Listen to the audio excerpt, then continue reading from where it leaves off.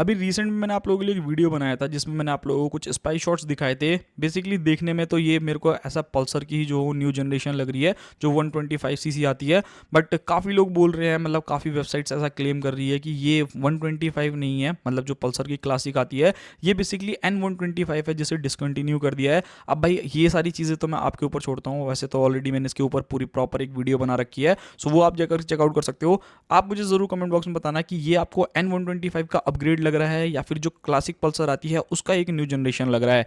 बाकी आज की वीडियो में जिस टॉपिक के लिए आप लोग आए हैं यानी कि पल्सर 150 का जो है वो क्या होने वाला है, सो भाई उसकी भी कुछ डिटेल्स निकल करके आई हैं, क्या क्या चीज़ें जो है इस बाइक के अंदर चेंज रहने वाली है, कैसी ये बाइक देखने में मिलने वाली है, एंड बहुत सारी चीज़ों के बारे में बात करेंगे। आई होप कि आप लोगों को याद होगा कि आज से काफ़ी टाइम पहले मैंने जो है कुछ वीडियोज़ बनाई थी, तो उस टाइम काफ़ी लोग बोल रहे थे कि भाई ऐसा बजाज कुछ भी नहीं करने वाला, ऐसा अपग्रेड नहीं होने वाला। बट डेफिनेटली अब टाइम आ चुका है कि बजाज जो है ये सारी चीज़ें करेगा। रिसेंट के अंदर ही अगर आप देखते हैं तो उनकी एक एडीवी बाइक या फिर डुअल पर्पस बाइक जो है वो ऑलरेडी स्पाई शॉट्स में आ गई है, एंड एक नहीं दो तीन बार जो है वो आ चुकी है। सो उसकी भी काफ़ी इन्फॉर्मेशन मैंने आप लोगों को प्रोवाइड करी है। यहाँ पर अगर आप बजाज को देखोगे तो बजाज जो है ना अब अपनी बाकी सभी बाइक्स को जो है अपग्रेड कर रहा है। लाइक रिसेंट के अंदर अगर आप पिछले साल देखोगे तो भाई सारी बाइक्स को अपडेट किया, RS200 को अपडेट किया, न्यू बाइक जो हो NS लेकर के आए। उसी के साथ अगर आप N250 को देखते हो न्यू कलर कॉम्बिनेशन आए, मतलब सब कुछ जो हो करके दिया। इवन जो क्लासिक पल्सर्स आती थी उनके अंदर भी बहुत सारे फीचर्स किए हैं। अभी रिसेंट में 220F को भी अपग्रेड कर दिया। अब यहाँ पर अगर आप सबको देखोगे ना तो इनकी सारी बाइक्स तो अपडेट हुई, बट एक मेजर अपग्रेड जिसमें हम पल्सर के नाम पे जानते हैं ना, तो भाई उसके अंदर अभी तक कुछ भी अपग्रेड नहीं किया था। एंड ऑलमोस्ट भाई ये बाइक जो है ना जो आपके पल्सर 150 आती है लगभग 23-24 सालों से जो हो वो ऑलमोस्ट मतलब थोड़े बहुत चेंजेस के साथ आ रहे हैं। बट बजाज अब इन बाइक्स के अंदर जो है वो काफ़ी हैवी जो हो चेंजेस करने वाला है। मतलब अब सिर्फ और सिर्फ आपको कलर कॉम्बिनेशन या हेडलाइट्स एंड बाकी सारी चीज़ों में चेंज नहीं मिलेगा। ओवरऑल पूरी की पूरी एक न्यू चैसी के ऊपर आपको ये देखने को मिलेगी। अपडेटेड यहाँ पर इंजन रहने वाला है एंड और भी बहुत सारी चीज़ें। रिसेंट के अंदर अगर आप लोग बहुत सारी वेबसाइट्स के ऊपर देखोगे तो भाई आपको इन्फॉर्मेशन मिली गई होगी कि ये कैसी रहने वाली है बाइक। यहाँ पर अगर आप इस इमेज को देखोगे तो भाई देखने में आपको ऐसा लग सकता है कि ये जो है वो बजाज की जो 150 आने वाली है उसी का कुछ अपग्रेडेड है। मतलब पूरी पूरी तरीके से हमें देखने में नहीं लग रहा, बट देखने में काफ़ी हद तक अंदाज़ा लगाया जा सकता है कि ये कहीं ना कहीं क्लासिक पल्सर जो 150 सीसी में आती है उसी का जो है एक अपग्रेडेशन वर्जन जो है यहाँ पर आपको देखने को मिलेगा। अच्छा, सबसे पहले चेंजेस के बारे में बात करते हैं। सो देखो पल्सर को अगर आप देखोगे तो भाई चाहे पल्सर 125 हो, 150 हो, 180 हो, 220 हो, F हो, सबके अंदर ना मतलब एक ही चीज़ें जो हो ये शुरू से देते आए हैं। सारी बाइक्स को अपडेट किया, बस इनको अपडेट नहीं किया। सो सबसे पहला जो चेंज रहेगा ना वो आपको लुक्स एंड डिज़ाइन में ही देखने को मिलेगा। रिसेंट के अंदर जो चेंजेस किए थे मतलब एलईडी हेडलाइट्स, एलईडी इंडिकेटर, ये तो किए थे कि जितने भी जो स्टॉक है उन सारी चीज़ों जो है वो निकाल दी जाए। अब इसके बाद आपको सीधा एक जनरेशन अपग्रेड देखने को मिलेगा। एंड जब भी किसी गाड़ी का जनरेशन अपग्रेड होगा तो भाई वहाँ पर चीज़ें जो हो लुक्स के मामले में आपको चेंज देखने को मिलेगी। बट एक चीज़ मैं आपको ज़रूर बताता हूँ, बजाज कभी भी जो हो रिस्क नहीं लेता। मतलब अपनी जो पल्सर जिन लोगों को बहुत ज़्यादा पसंद है,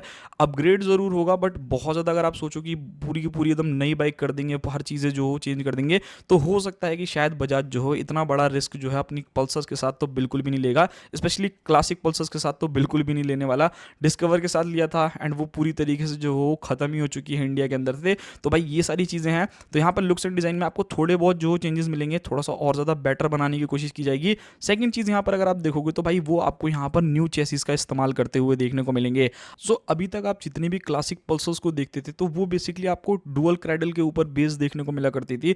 बट ऐसा इन्फॉर्मेशन जो है वो निकल करके आ रहा है कि अब इन बाइक्स के अंदर आप लोगों को ना जो पूरा का पूरा चेसी है वो काफ़ी अलग देखने को मिल सकता है। मतलब जैसे आप लोगों ने N160 के अंदर देखा है ना, कुछ उस टाइप का यानी ट्यूबलर फ्रेम टाइप जो हो यहाँ पर आपको यूज़ होता हुआ देखने को मिलेगा, जिससे थोड़ा सा जो हो वो राइडिंग क्वालिटी में बहुत ज़्यादा डिफरेंस आने वाला है। अब आप बताना कि क्या ऐसा बजाज को करना चाहिए नहीं करना चाहिए, बट अपडेट्स या फिर अगर आप किसी भी वेबसाइट्स पे पढ़ोगे तो भाई आपको पता ही है कि यहाँ पर जो है कुछ इसी टाइप के अपग्रेड जो है इन बाइक्स के अंदर होने वाले हैं, जिसकी वजह से जो पल्सर आप लोगों की अभी आती हैं वो और ज़्यादा स्टेबल हो जाएंगे और ज़्यादा आप लोगों को मज़ा आएगा। वेट जो हो थोड़ा बहुत रिड्यूस हो सकता है और भी बहुत सारी चीज़ें जो है इन बाइक्स के अंदर देखने को मिलेगी। अच्छा, यहाँ पर अगर मैं थर्ड चेंज के बारे में बात करता हूँ, सो अभी जो रिसेंट में आप लोगों ने पल्सर को देखा है, मतलब जो भी पल्सर आप मान लो, चाहे N125 को मान लो या फिर अगर आप लोग देखते हो जो क्लासिक पल्सर 125 आती है, सो इनके अंदर क्या किया है ना कि भाई यहाँ से जो आपको ट्विन शॉक एब्जॉर्बर्स मिला करता था उसको रिप्लेस कर दिया है, ताकि जो राइडर रहे या फिर जो पिलियन बैठ करके जाए उसको और ज़्यादा कंफर्ट मिल पाए। इस बाइक के अंदर अब आप लोगों को मोनोशॉक एब्जॉर्बर मिलता है। तो ऑब्वियसली जब 125 सीसी के अंदर मोनोशॉक एब्जॉर्बर्स अगर आपको प्रोवाइड करते हैं, सो जब 150 सीसी की बाइक है तो उसके अंदर तो 100% चांसेस हैं कि आपको मोनोशॉक एब्जॉर्बर्स ही मिलेंगे। एग्जॉस्ट का डिजाइनिंग जो है वहाँ पर आपको चेंजेस देखने को मिल सकते हैं।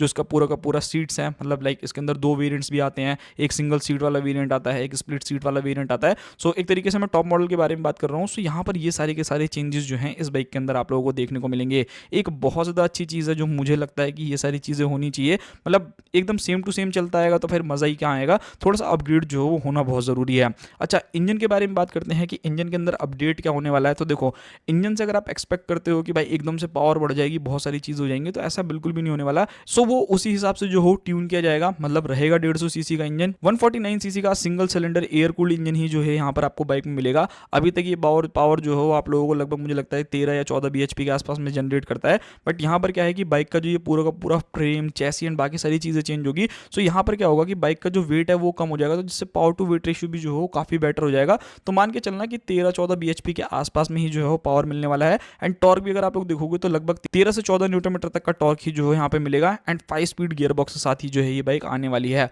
बस अब ये अपडेटेड हो जाएगी, थोड़ा सा इंजन जो हो और ज़्यादा रिफाइन हो जाएगा, वाइब्रेशन जो हो कम हो जाएगी।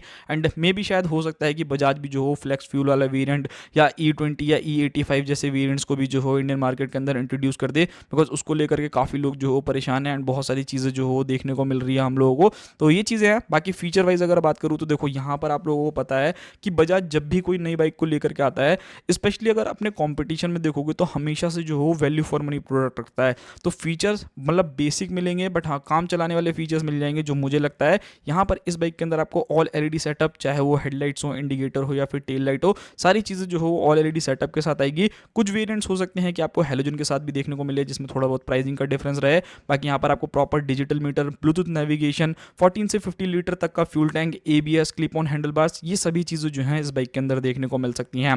यहाँ पर अगर मैं बात करता हूँ tyre, brake and suspension, so mostly यहाँ पर मुझे चीज़ें लगती हैं कि सिमिलर रहेगी, बस एक सस्पेंशन में आपको चेंज मिलेगा। फ्रंट के अंदर टेलीस्कोपिक सस्पेंशन, रियर में आपको मोनोशॉक एब्जॉर्बर्स बाइक में मिलेंगे। ब्रेकिंग लगभग 280 mm की फ्रंट में डिस्क एंड 230 mm की जो हो रियर डिस्क। मैं टॉप मॉडल के बारे में बात कर रहा हूँ, इसके अंदर आपको एक विद डिस्क वाला वेरिएंट भी देखने को मिलेगा, एक ड्रम वाला भी वेरिएंट देखने को मिलेगा, मतलब सिंगल डिस्क के साथ भी मिलेगा। सो ऑप्शंस आपके पास बहुत सारे रहेंगे, जिसको जिस चीज़ की जरूरत है वो इस हिसाब से जो हो अपनी बाइक को ले सकता है। 190 17 इंच के फ्रंट टायर, 120 80 17 इंच के जो हो रियर टायर आपको बाइक में मिलने वाले हैं। सस्पेंशन में जैसे मैंने आपको बोला कि टेलीस्कोपिक में मोनोशॉक जो हो यहाँ पर चेंज रहेगा।